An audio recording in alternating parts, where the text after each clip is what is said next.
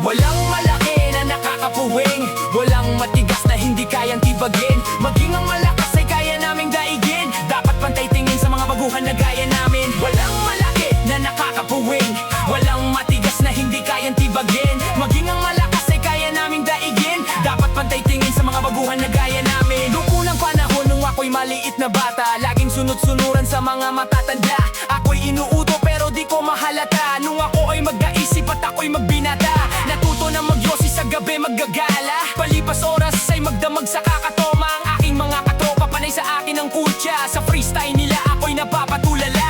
Sa tirang nga sa akin wala akong magawa, kasi hindi ako makata na mahilig tumula. Pero nagpag-isipan ko na kaya kong makagawa ng tula at liriko na may malupit na kataga. Pero hindi ako veterano o kaya ay dalubhasa. Ako ay baguhan sa itinuturi kong larangan. Aking kakayanan, nais ko lang mapatunayan. Naririnig ko ang mga bulong ng karamihan. Mga bitaw ko daw ay walang rhyme na patutunguhan. Madalas pinag-uusapan at pinagtatawanan. Pa'y sa'kin patutunayan, wala yang katotohanan. Ito'y estilo na taglay ko na noon pa man. Gumawa o ng tula upang ito ay masubukan. Walang malaki na nakakapuwing, walang matigas na hindi kayang tibagin. Maging ang malakas ay kaya namin daigin, dapat pantay tingin sa mga baguhan na gaya namin. Walang malaki na nakakapuwing, walang matigas na hindi kayang tibagin. Maging ang malakas ay kaya namin daigin, dapat pantay tingin sa mga baguhan na gaya namin. Ako ay baguhan, ngunit palaban naman. Aming lalampasan mga baguhan na kasabayan. Aming titibagin at aming wawasain. Ang malakas mo pwersa ay aking titibayin. Itong baksa